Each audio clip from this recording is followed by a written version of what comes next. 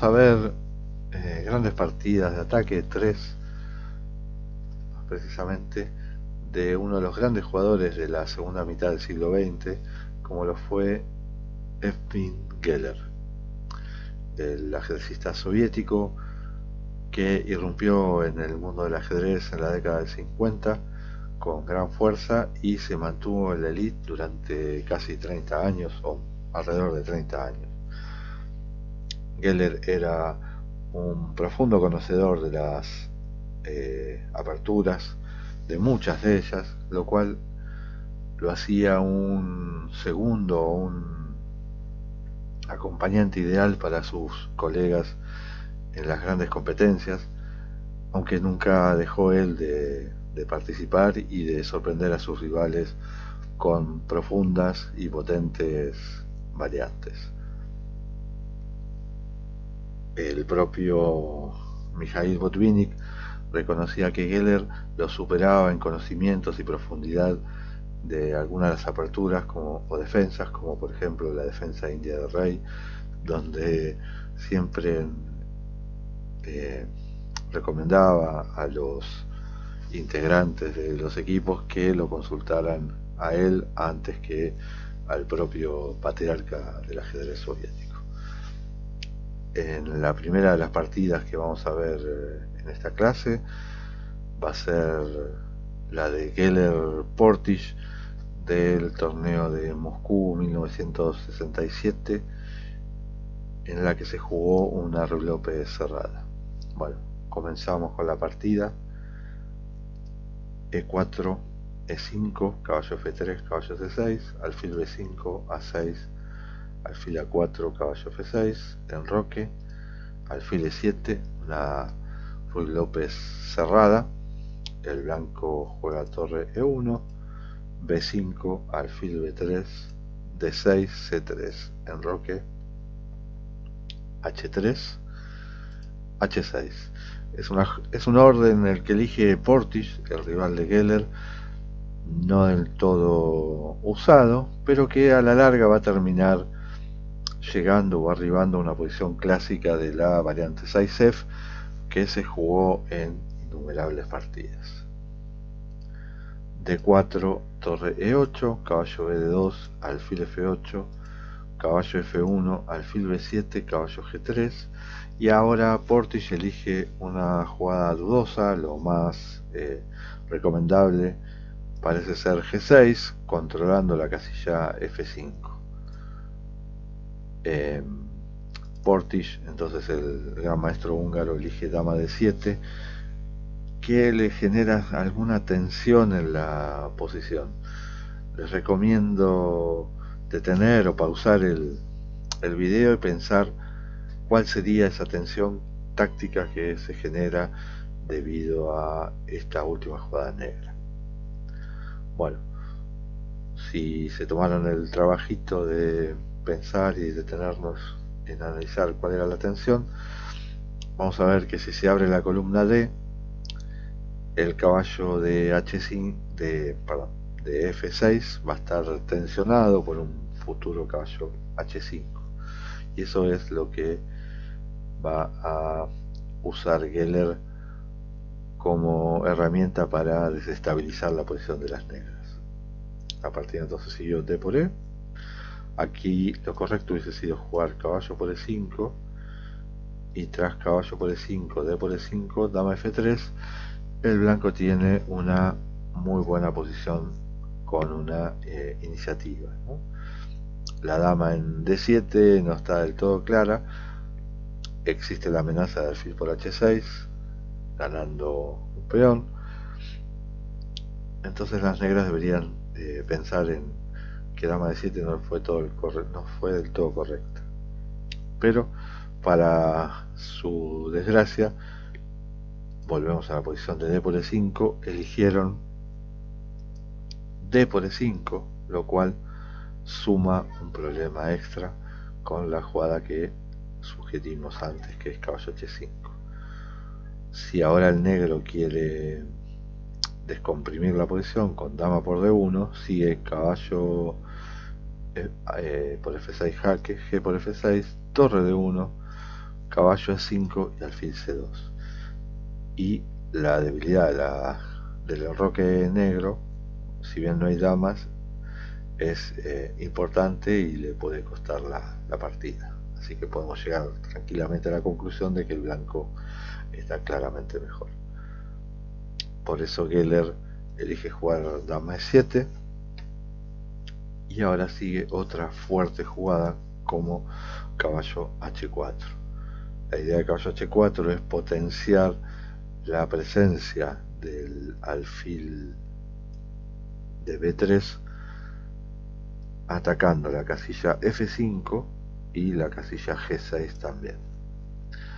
Si ahora el blanco, si el negro sigue torre a D8, después de caballo F5, torre por D1, caballo por E7 jaque, alfil por E7, caballo F6, alfil por F6, alfil por D1 con ventaja material. Por tanto, el negro se encuentra obligado a capturar caballo por H5. Dama por H5, ¿no? Y ahora las negras se preocuparon por el alfil de B3, tratando de eliminar y de esa manera proteger la casilla G6. Si el alfil se retira, no hay clavada del peón F7. Otra posibilidad era jugar dama F6, pero aquí se produce muy fuerte ataque con alfil G5. Y las negras quedan perdidas porque la variante principal sería H por G5 y caballo G6, amenazando dama H8. Así que caballo A5, alfil G5 con la misma idea.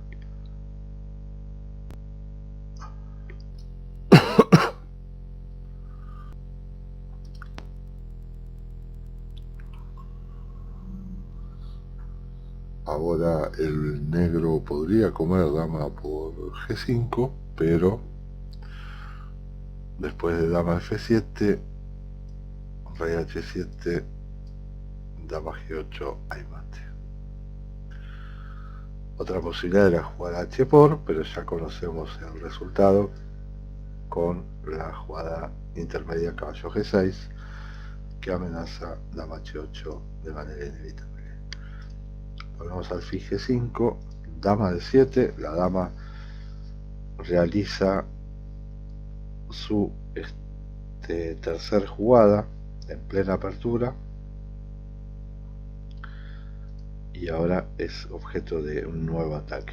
Torre a D1, alfil D6 y acá Geller saca su famoso martillo de plata para quebrar la posición negra por medio de alfil por H6, G por H6, dama G6 jaque, rey F8, dama F6.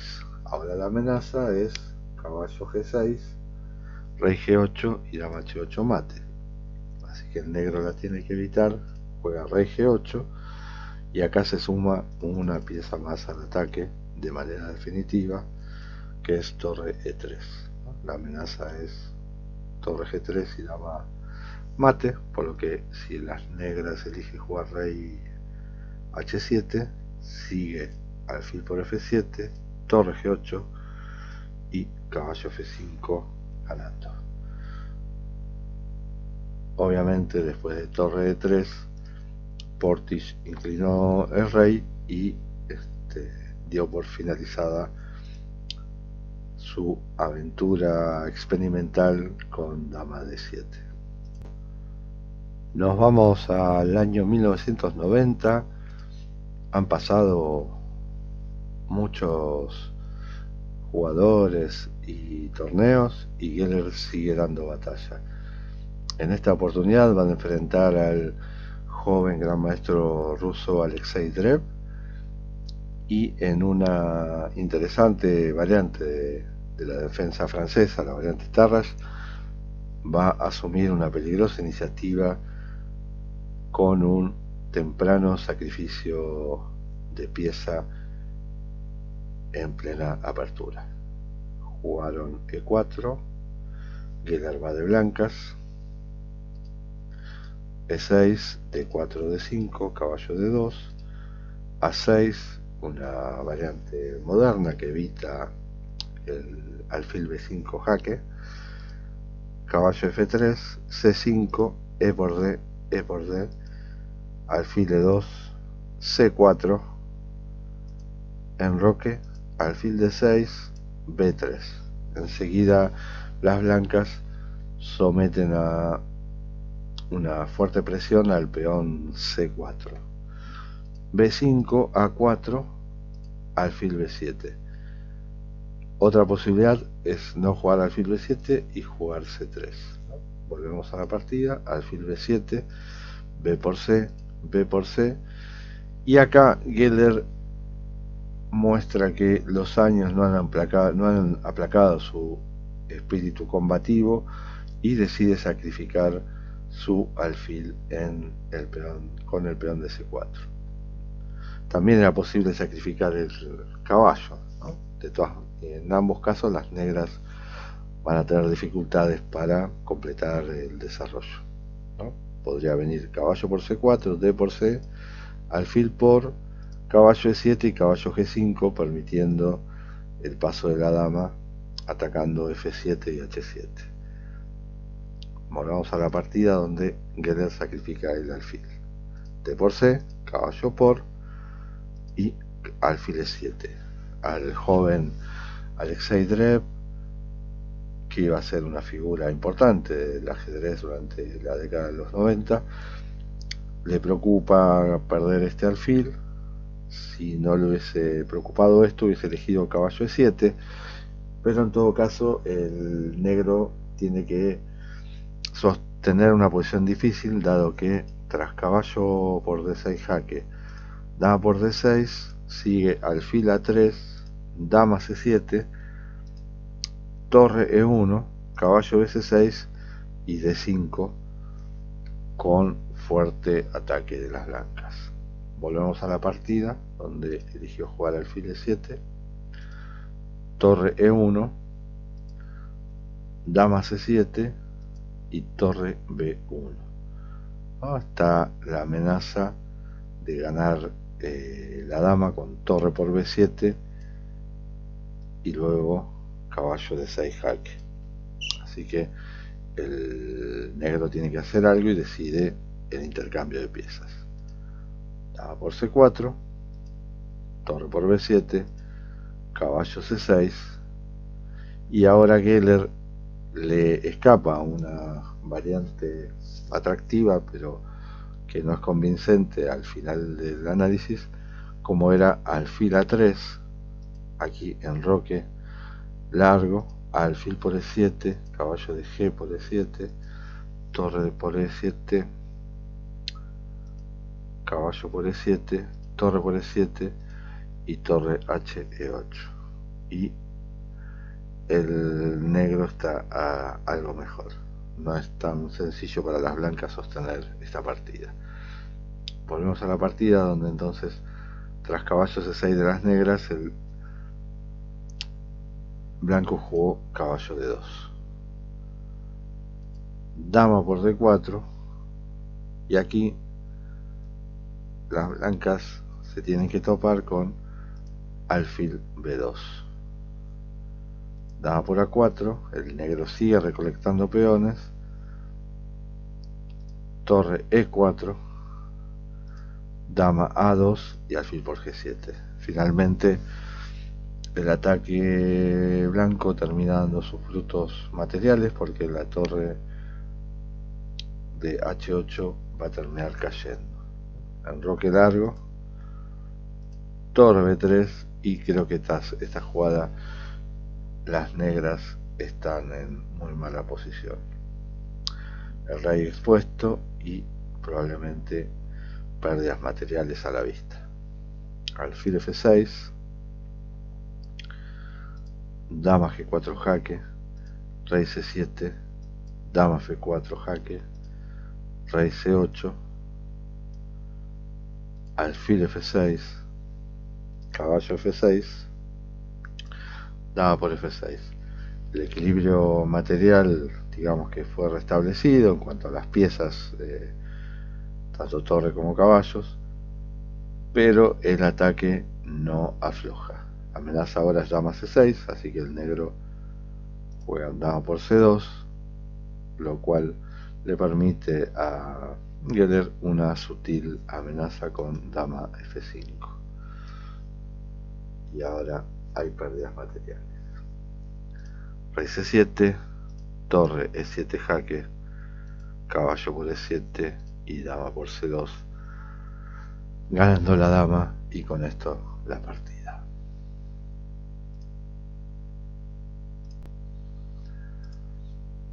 Retrocedemos un poco en los años 1990 a 1976, más precisamente el 29 de noviembre, en la cual en la partida en la cual se van a enfrentar Edmund Geller contra el flamante o nuevo campeón del mundo Anatoly Karpov, tras la incomparecencia de Bobby Fischer a defender su título. Karpov era la figura rutilante del ajedrez mundial y en la final del campeonato soviético de ese año se va a enfrentar a un Geller con mucha inspiración. La partida va a comenzar con una defensa francesa, algo sorprendente porque no es muy usual ver al gran maestro ruso jugar esta defensa, ¿no? E6, D4, D5, caballo C3, alfil B4, E5 y dama D7. Una variante que luce retorcida, pero que se anticipa a varias cuestiones. Una de ellas es a la amenaza dama G4. Al tener el negro la dama en D7, puede defenderlo el peón de G7 vía F5. Esa es una de las ideas. Caballo F3, B6 y alfil D2. Otra posibilidad era jugar alfil A6. Karpov insiste con su cambio de alfiles malos, de su alfil malo por el alfil bueno de las blancas, aunque esto implique una cierta o real pérdida de tiempos. Alfil A6, alfil por A6, caballo por A6, enroque.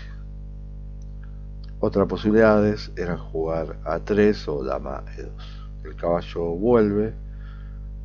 Geller, tras esta partida, recomendaba alfil por C3, alfil por C3 y caballo E7, con una leve ventaja blanca. Karpov jugó entonces caballo E8, caballo E2 y me parece que Karpov acá comete una imprecisión fruto de su inexperiencia en este tipo de variantes o defensas. Como la casilla E7 es el vínculo o el lugar en el cual tienen que ir dos piezas, el alfil de casillas negras y el caballo de G8, ocupar una de ellas con una de las piezas es problemático, ¿no? Alfil E7 es una jugada que ocasiona problemas porque por dónde sacamos el caballo de G8, ¿no? Nos queda en una situación incómoda. Probablemente lo mejor hubiese sido jugar alfil D2, dama D2, donde el blanco tiene una ventaja bastante estable, que tal vez esa haya sido la decisión, el por qué Karpov tomó esta decisión.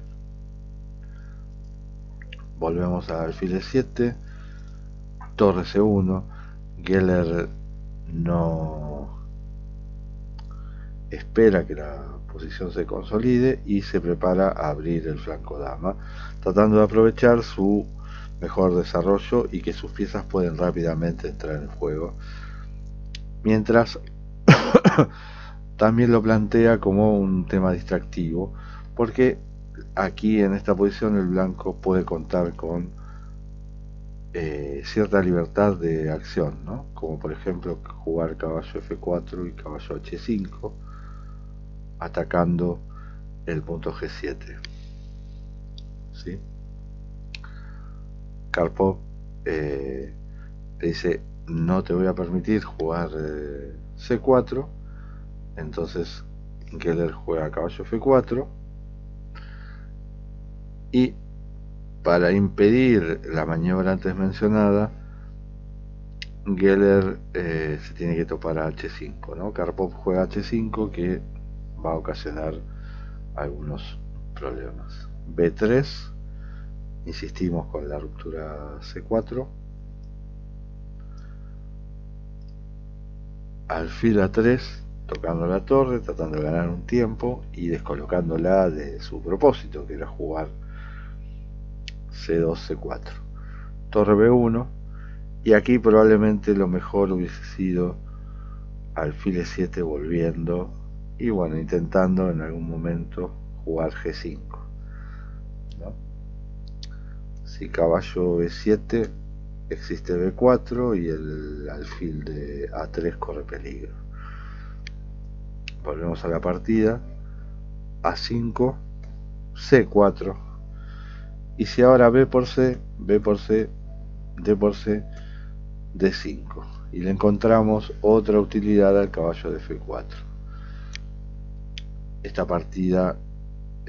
variante, fue recomendada por el propio Geller, sugiriendo que tras E por D, E6 es muy fuerte, ¿no? Después de F por E6, caballo E5, y la entrega de peones de las blancas permitió la utilización de los huecos que dejaron su avance en E5 y G6. Karpov prefiere mantener la posición cerrada, juega C6, C5, alfil B4 y alfil C1. Y ahora la amenaza es A3, que además obliga, para salvar al alfil, a debilitar los peones por medio de caballo D3, otra utilidad de la jugada caballo F4. Podemos llegar a concluir, ¿no?, que cuando una jugada tiene múltiples ideas detrás, es que estamos en presencia de una muy buena jugada. Caballo D3, otra posibilidad hubiese sido jugar A3, alfil A5, y ahí B por A y dama A4, ganando un peón. Volvemos a lo que jugó en la partida Geller: caballo D3, alfil A5, B por A y dama por A4. Dama A7 para defender todas las piezas. Alfil G5, una jugada muy fuerte. Y aquí las negras tienen pocas opciones. Lo que jugó la partida, que fue alfil C7 o dama A6, y tras torre B3 amenaza doblar torres en la columna B, caballo E7, torre FB1, caballo D7, torre A3, y ahora hay que defender, no sé cómo, el alfil de A5.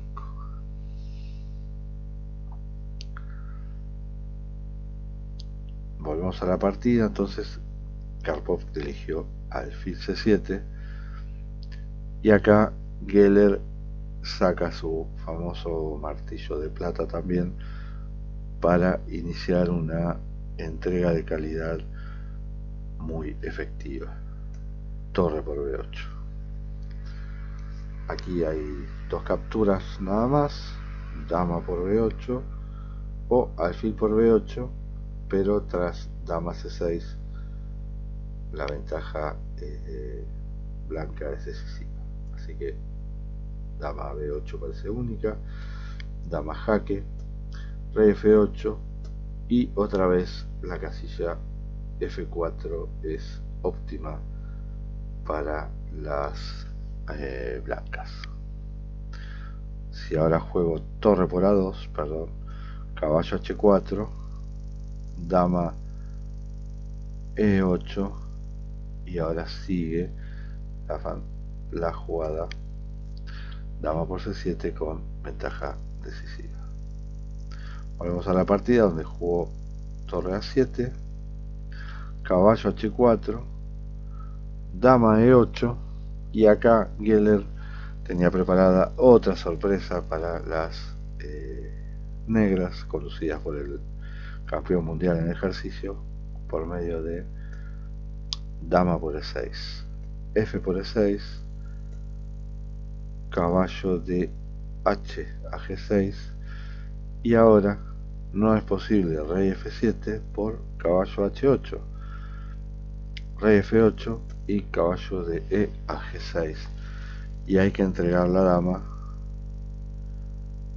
porque no hay otra jugada disponible, con lo cual terminamos ganando material.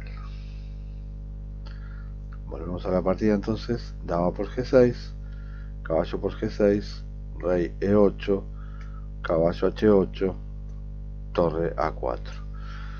Geller decide ir a buscar el peón que es el corazón de la defensa de la cadena de peones blancas antes de que comer el peón de a7, ¿no? Torre de 1, caballo e7, alfil por, rey por, caballo g6, rey f7, y con esta jugada pensaba Karpov que podía sostener la posición, dado que a caballo f4 sigue alfil por e5, d por e5 y torre por f4. Y ahora hay solo un peón de ventaja, ¿no? Las blancas tienen 2, 4. Hay dos peones, perdón, pero pareciera que la situación ha empeorado, ¿no? La cadena de peones blancas no luce tan sólida como un par de jugadas antes. Torre c1, como siempre, la recomendación de Tarras, que la mejor posición de la torre en los finales de torre y peones es poner la torre detrás del peón libre. Rey e8, c6, rey d8, c7, rey c8, y ahora el blanco tiene que traer al rey en juego, ¿no? Por eso elige jugar g3 y torre a4.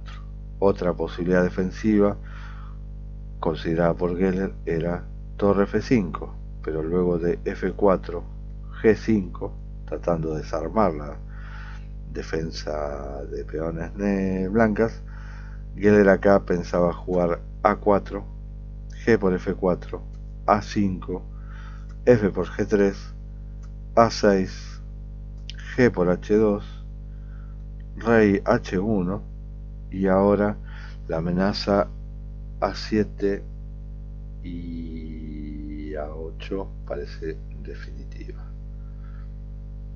¿Están seguros? Me gustaría que lo chequearan, que detuvieran el video y lo pensemos para después. A ver.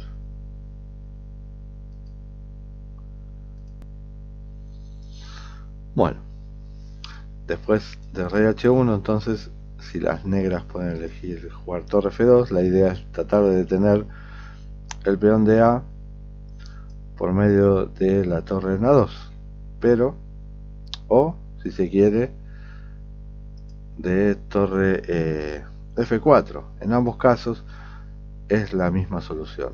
En torre f2 la clave es torre a1, y si torre f4, torre a1. Vamos a chequear un poco esto.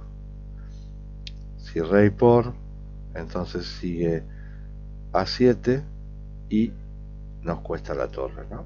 torre F8, A8 igual dama, torre por y torre por con ventaja decisiva. Así que todo en orden. Bajamos G3, entonces el negro elige jugar torre A4, no quiere combatir a dos peones libres. Geller demuestra que la posición sigue siendo ganadora después de torre C6, torre por A2, torre E6, G5, intentando salvar los peones, torre D6, torre D2, E6, rey C7 y E7, ¿no? Si como la torre corono, y si ahora torre E2, torre D5, torre por E7 y torre G5 con ventaja decisiva. Estas fueron entonces las tres partidas que teníamos preparadas para ver hoy de el gran Evin Geller. Nos vemos en la próxima.